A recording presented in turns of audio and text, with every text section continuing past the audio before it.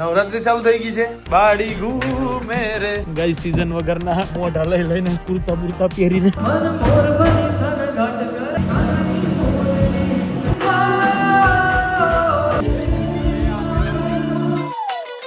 So hello good morning નમસ્કાર સુપ્રભાત કેમ છો આઈ હોપ તમે લોકો મજામાં છો. વાગ્યા છે સવારના 12. ગઈકાલના બ્લોગ ની કમેન્ટ્સ મેં થોડી ઘણી વાંચી કે તમે ધીમે ધીમે મિની બ્લોગ બનાવવા જઈ રહ્યા છો ભાઈ, 10 મિનિટનો એટલીસ્ટ બ્લોગ બનાવો આ તે.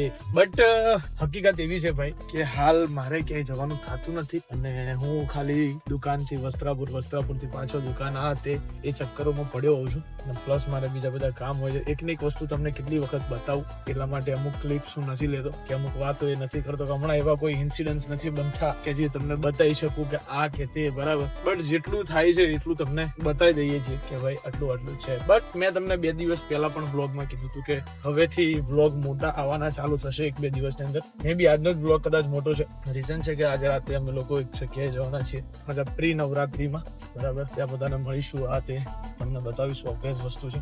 સો ચલો અત્યારે જઈશું સૌથી પહેલા દુકાને, પાછા ઘરે આંટો મારવો પડશે, પછી જોઈએ શું કરીએ છીએ. Okay so let's go. So guys ચલો સીધી પડી ગઈ છે સાંજ બરાબર. વાગ્યા છે 7 અને અમુક કાળિયા લોકો આપણી સાથે બસ છે કહી દીધું બરાબર. અને અમે હાલ જઈ રહ્યા છીએ ઘરે.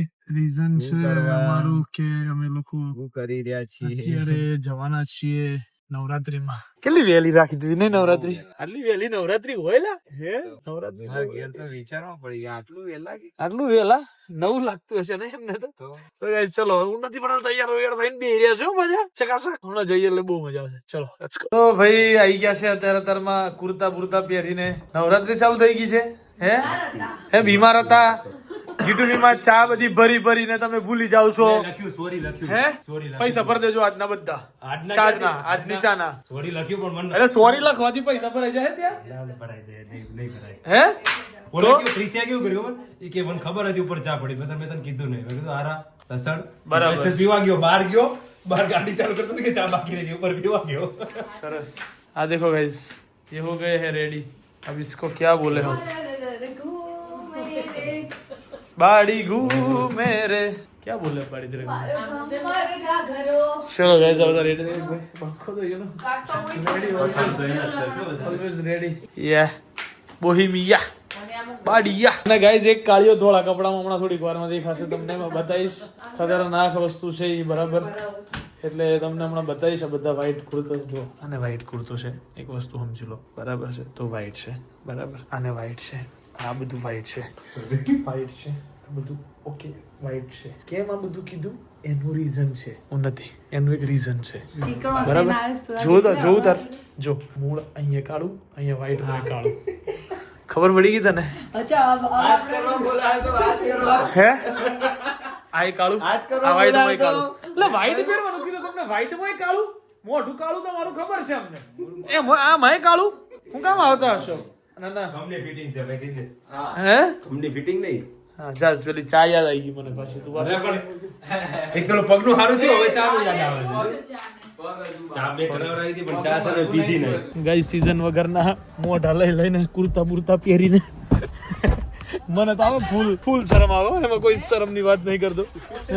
કુર્તા ને બુર્તા પહેરીને આવી ગયા છીએ ને ખબર નહીં કુર્તા પહેરા હો તો એમ તો કેઝ્યુઅલ જ કહેવાય. મેં તો ડ્રેસ જ પહેરી. કેઝ્યુઅલ બેઝ્યુઅલ કાઈ ના કહેવાય બકા. આયરા અહીંયા જો જો અને ગરબા રમવાના વણા વગર દૂર રહી જવાનું છે ગરબા નથી તો મારા વગર બધું રહી જાય. તો જે નાળે એક તાળી નહીં પાડે કે અધરું માર વગર બધું રહી જાય. હા કયો જે એક તાળી નહીં પાડવાની ઓણોને.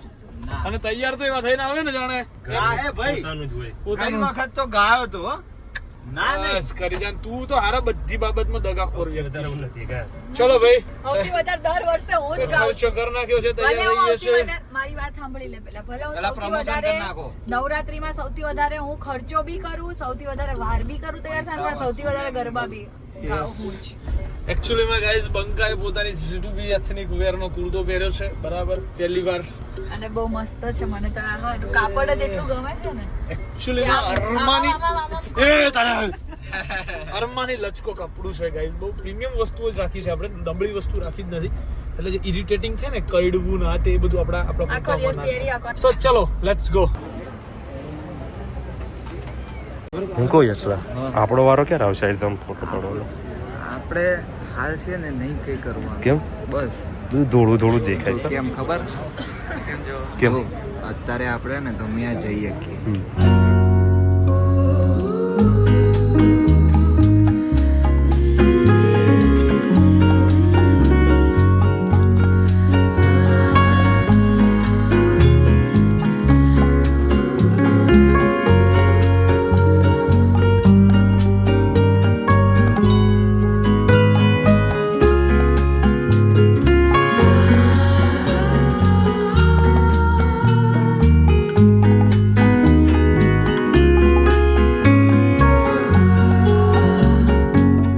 તમે તો હર વખતે જાઓ છો. હું જોઉં છું સફેદ પરિણીના પેજ પર, કારણ કે ફોલો કરે છે એટલે બધા ચહેરા અમને દેખાય છે, પણ તમને મને બહારથી હું જોઈને બહુ જ ખુશ છો. હે હજુ સર બહાર હતા ત્યાંના બંને એટલું હસે છે, એટલું હસે છે. નજર લાગી જશે તો નહીં લાગે. એમ તો નજર ના લાગે. હસતું રહેવું જોઈએ, હસાવતા રહેવું જોઈએ. હસવા જોઈએ. તમે કેમ અમને જોઈને હસો છો? બધા હસવા જોઈએ અમને જોઈને. Yes, એટલે અમે હસ જ કરવાનું છે. બધા જોવા જોઈએ. આપણે કોઈને સ્માઈલ આપીએ તો સામેવાળાને મજા આવે. પણ ચડેલું મોઢું રાખીને જાણે મને શું તો બસ બહુ જ મસ્ત. गुणमण्डिताय गुणेशानाय धीमहि गुणातीताय गुणाधीशाय गुणप्रविष्टाय धीमहि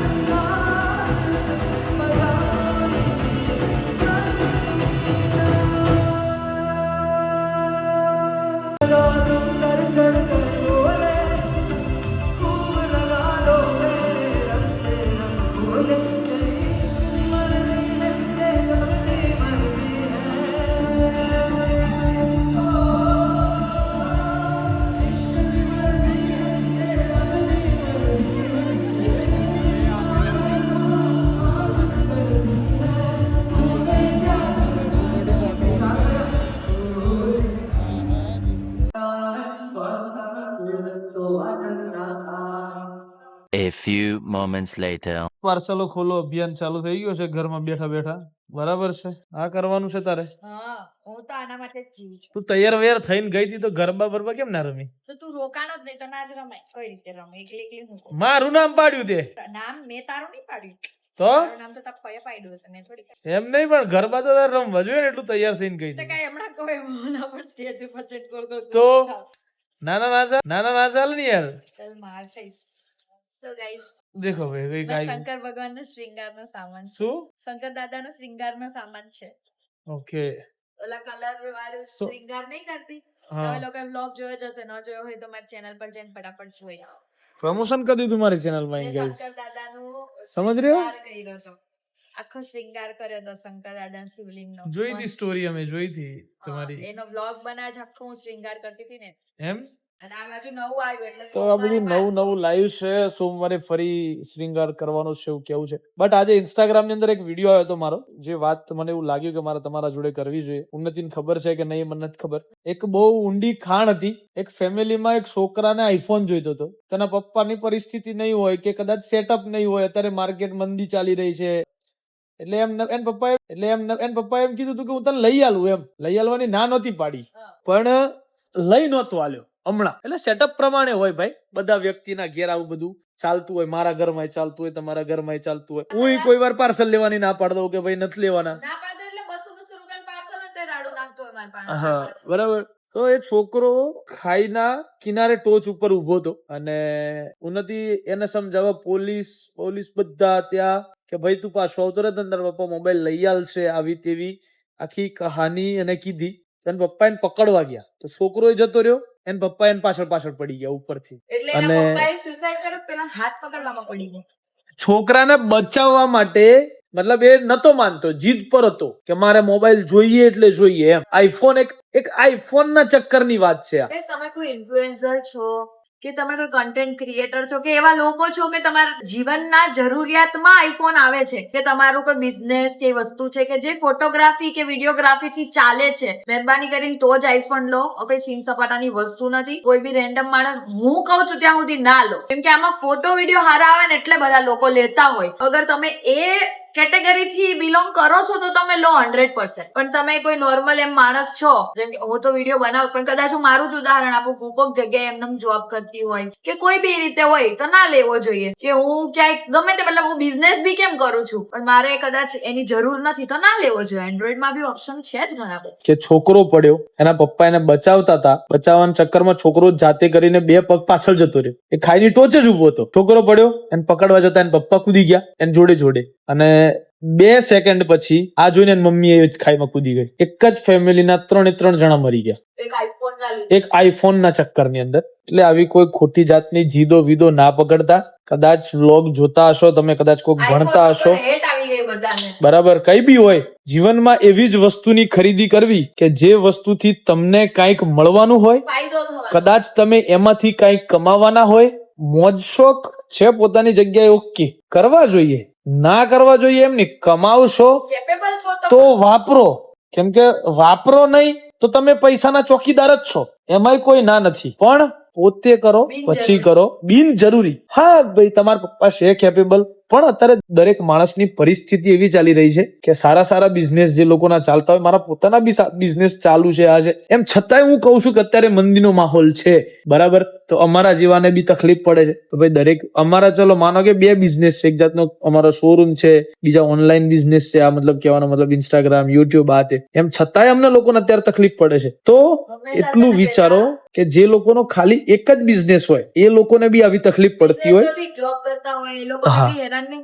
હંમેશા પેલા પપ્પાની હામું જોવાનું, મોઢા હામું જોવાનું, એમના કપડા હામું જોવાનું, પછી એવો અંદાજો લગાડવાનો હું આ માંગ કરીશ તો મારા પપ્પા કઈ રીતે પૂરી કરશે, પછી માંગ કરવાની, બાકી નહીં કરવાની. યસ ના બી નહીં પાડે તમને, એની કોઈ પેલી પપ્પા નથી. ક્યારે ના નહીં પાડે, પણ પપ્પાને હામું પણ જોવાનું. એક વખત એટલું વિચારવાનું, જીદ ના પકડો, બીજું કાંઈ નહીં. હું તમને આ વિડીયોના મારફતે અત્યારે એટલું જ કહેવા માંગુ છું, ખોટી જીદ ના પકડો. છે તમારા શોખ તો એમ કહો કે હું જાતે પૂરા કરી દઈશ, એમ ગમે તે રીતે, પણ આવી આના કારણે આખો એટલે એ શોખ પૂરા કરવા પાછા અવળા રસ્તે ના ચડાય. હા. જે દેવું કરી દીધું ને પછી આપણે આઈફોન લઈ લીધો, એ વસ્તુ ના એવું કાંઈ નથી. બટ એટલું છે કે લિમિટમાં રહીને આપણાથી થતું હોય એટલું કરો, જાતે કેપેબલ બનો, એમ બીજું કાંઈ નહીં. પણ આવી ખોટી જીદના કારણે એક નાની અમથી, કેમ કે મોબાઈલનો ચક્કર છે ને, મેં બહુ બધી જગ્યાએ જોયો છે કે ભાઈ મારે મોબાઈલ જોઈએ છે અને હું આમ કરું તેમ કરું. અમારા ઘરમાં જ અહીંયા આટલામાં એક કિસ્સો છે મોબાઈલ રિલેટેડ, જેમાં હું થોડોક આડો ફાટીને મેં નહોતો લેવા દીધો ને લીધેલો વેચાવડાવી દીધો તો પાછો. આવું બી મેં કરેલું છે, કેમ કે અમુક વસ્તુ જયારે માણસ જીદ ઉપર જતો રહે ને ત્યારે જીદને હંમેશા તોડવી જ જોઈએ. હું તો તોડવામાં જ માનું. કોઈક જીદ પર ચડે ને તો હું એને તોડવામાં વધારે માનું. જીદ પર જોઈએ છે, એની જીદ હું તોડું. જીદ પર જોઈએ છે તો નહીં. હા, બાકી જોઈએ છે થાય એમ છે તો ઠીક છે, બાકી નહીં. તો ભાઈ જરાક વિચારો, જે બી કઈ કરો. અત્યારે માર્કેટ બહુ ખરાબ છે, બરાબર છે, બધા માટે છે આ બધી વસ્તુ, બરાબર. અહીંયા તો પાર્સલો ખૂટતા નથી, એ તો ચાલુ રહેવાના જ છે. માર્કેટ ને જેમ થવું હોય એમ થાય અને જેને જેમ કરવું હોય એમ કરે. આપણે ભલા આપણા પાર્સલ ભલા આવે એટલે સેલો ટેપો તોડવાની, ખોલવાનું, બધું હજી ભેગું કરવાનું. ખબર નહીં આટલા પાર્સલ આઈડી વાપરતી હશે કે નહીં વાપરતી હોય. બહુ મોટો પ્રશ્ન છે મારા માટે. જો દેખો પગલા ગયા હે. અમુક લોકો કઈક જોઈ જાય તો ગાંડા થઈ જાય, અમુક લોકો પાર્સલો જોઈને ગાંડા થાય. આવા તમારા ઘરમાં એક એક હશે, અમને ખબર છે. ગાઈસ જીદ કરીને નથી લાવતી, પણ મને નથી ખબર હોતી પાર્સલ આવી જાય છે. બસ ધેટ્સ ઇટ. સિમ્પલ લોજિક છે. હું દુકાન બેઠો હોય, એવું તો કેટલી વસ્તુ થાય. અત્યારે હું ગાડીમાં બેઠીને મને ખબર પડી કે એક શર્ટ લઈ આવ્યો છે એની માટે. એવું છે પોતાનો ધંધો એટલે ઘટ કરીને એટલે લાવી હું દેવાનો. દુકાનમાંથી- તો મારે પોતાનો ધંધો તિલક નો હોત તો હોય તિલક ના ઢગલા એટલે હું કરે. દુકાનમાંથી લાયો અને એવું તો બહુ બધી વખત બને કે હું તાર હાટું લાવું. મારા હાટુ- એટલે તારી જેટલા કપડા તો મારે નહીં, મહેરબાની કરજે.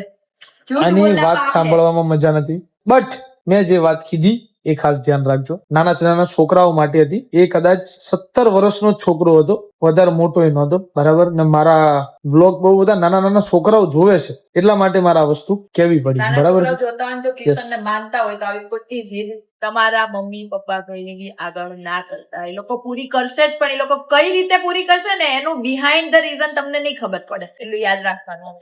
ચલો, ઉન્નતિ પટેલે તમને થોડું ઘણું લેક્ચર આપ્યું. તમને પેલું શું સૌથી કહેવાય, વધારે નથી આપ્યું હોશિયાર. મારે તો કેવું પડે યાર, મારા અને મિત્રો છે અત્યારે બધા. કિશન એવું કેવા ભાઈ રેડી છે કે 18 જેવો આવે એવો મારું 18 પ્રો અને તારો 18 પ્રો મેક્સ. મેં કીધું મારે નથી જોઈ. મને કે હું લઈ આપીશ. મારે નથી જોઈ તો હું ખોટો છે મારો ફોન મારી પાસે. એમાંય વિડીયો ઉતારવાના છે, આમાંય મસ્ત વિડીયો ઉતરે છે. સો ચલો ગાઈઝ, મળી આવતીકાલના બ્લોગમાં. ત્યાં સુધી બાય બાય, ગુડ નાઇટ, જય શ્રી કૃષ્ણ, જય શ્રી રામ, હર હર મહાદેવ, હર.